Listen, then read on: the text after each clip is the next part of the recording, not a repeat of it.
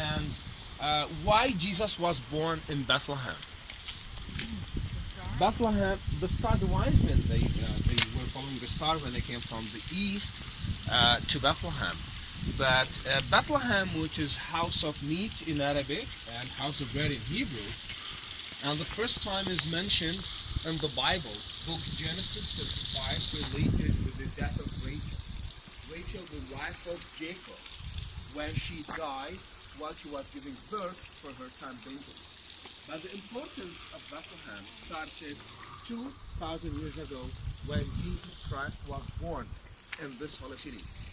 But we know from the Bible that the Virgin Mary and Saint Joseph, they were working in Nazareth, in Galilee. Why Jesus was born in Bethlehem, in the south?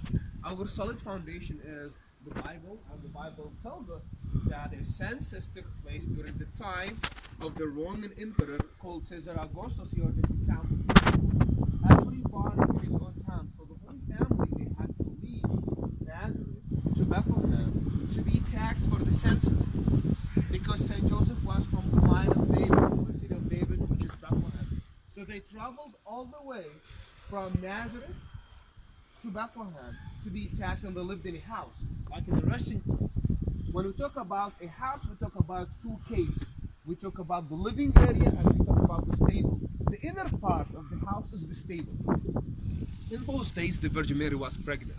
When the time came for her to give birth, she didn't find a place in the inn, in the house. Many people were living there. So she had to go to the inner part of the cave to have some privacy where she gave birth for Jesus. Where Helena, the mother of Constantine, approximately between 325 and 329, built the first church on the top of the cave where Jesus was born. We are very close to the place where Jesus was born. We are approximately 2-3 miles away from the place where Jesus was born, and this area actually witnessed two biblical events. One is mentioned in the book Ruth, and the second one is mentioned in the book Luke.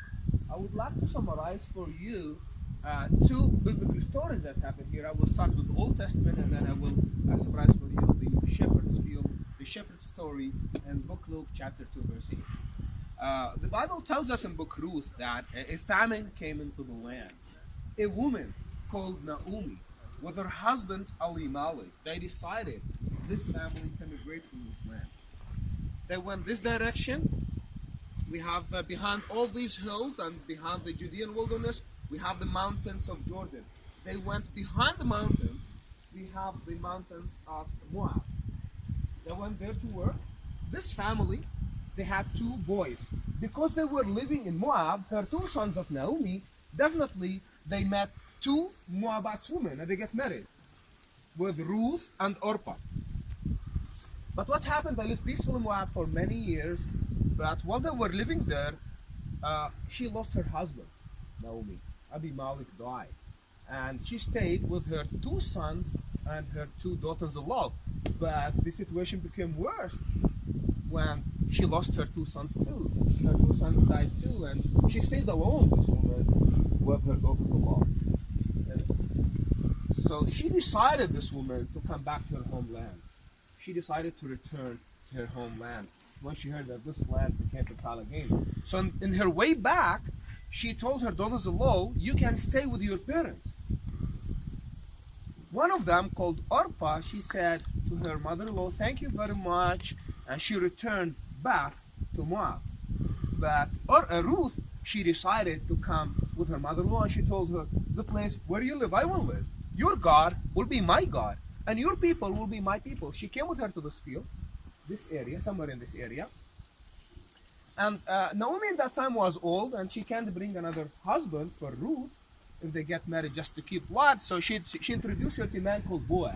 He was a rich guy. He owned this field in that time, and she told her to be close to Boaz. So what she did, she gleaned the field of Boaz. She picked what left from the field of Boaz, and they were very close.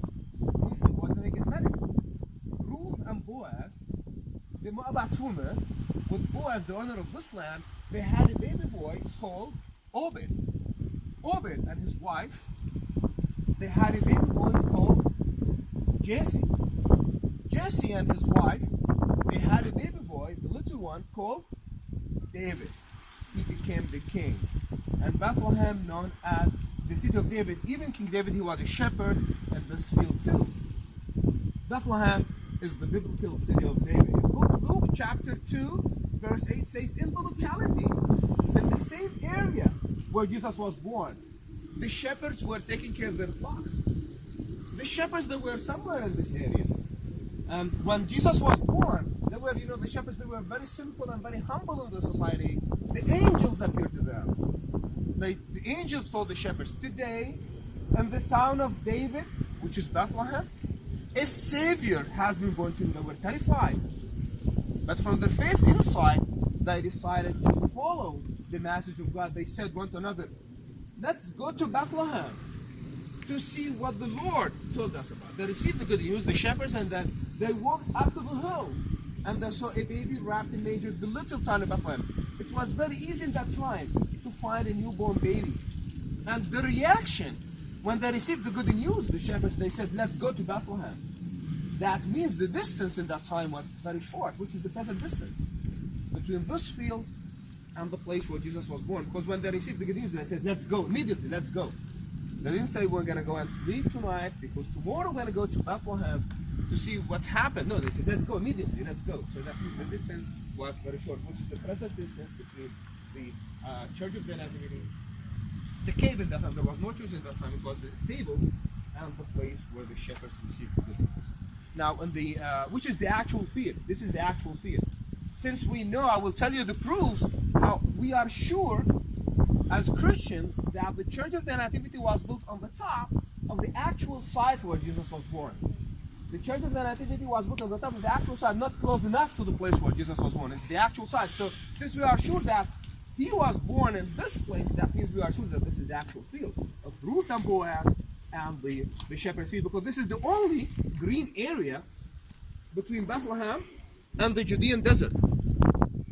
The end of Bethlehem, which is approximately 3 miles away from here, we have the beginning of the Judean wilderness.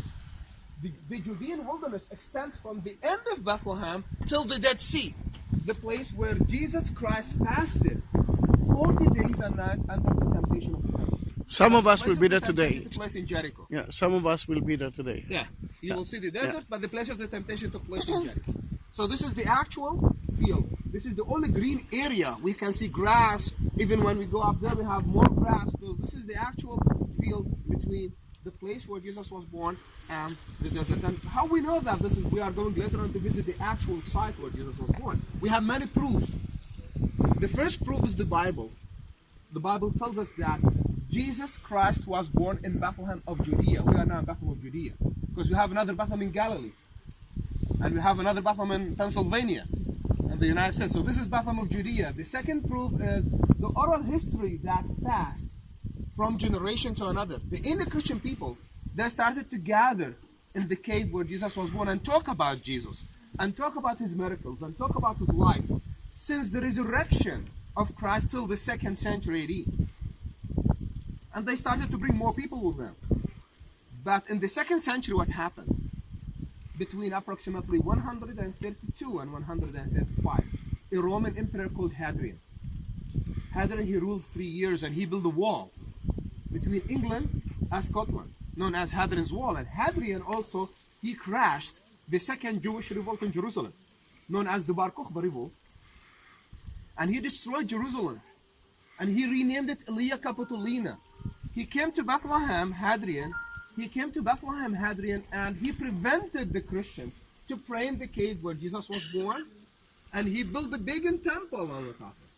When Hadrian built a pagan temple on the top of the cave where Jesus was born, he did not destroy the place. He marked the place where Jesus was born. He put a sign. So it's very easy to keep the place from the resurrection to Hadrian. It's 100 years. And from Hadrian to Constantine, it's 200 years. Very easy. You can tell your children, this is the house of your grandfather. So it was very easy. When Helena came in 325, she found a pagan temple on the top of the cave where Jesus was born.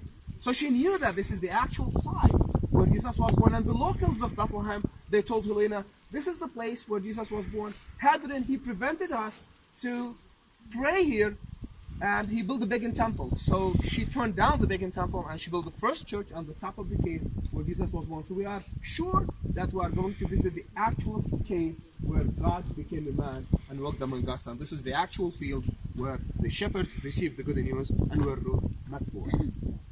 And it was a few days ago. Hmm? And it was only a few days ago. Ah. We cannot say that every tour. This is what we see in the fields. We can see the Byzantine ruins, the cave of the shepherds, and the modern church. You know, in 313 AD, we have shifting point when Christianity became legal. The Christians, they were persecuted by the Romans many years, but what happened in 313? Christianity became legal. And the Christians, they started to build churches everywhere in the empire. This reflects the Byzantine life. We have storage rooms, we have old press, a church, a convent. This is the Byzantine church, but this church was destroyed by the Persians. In 614 AD, they were taken. They burned this church, they destroyed this church. And this area was totally abandoned, hundreds of years, until Antonius Paluzzi built the present church in 1954. On the top of the hill, we have the modern church. The modern church was built and designed by Antonius Paluzzi in 1954. We have 3 paintings inside this church. We call it the Church of the Angels. The first painting when the angels of God appeared to the shepherds. The second painting when they saw a baby wrapped in a manger. The third painting when they came back happy from the field, from the cave of birth to the field because they saw the Savior. So we have 3 things in the shepherd's field: the Byzantine church, the cave of the shepherds, the cave, just to have an idea how the shepherds lived 2,000 years ago. It was very simple life. They were very humble when they received the good news. Any question?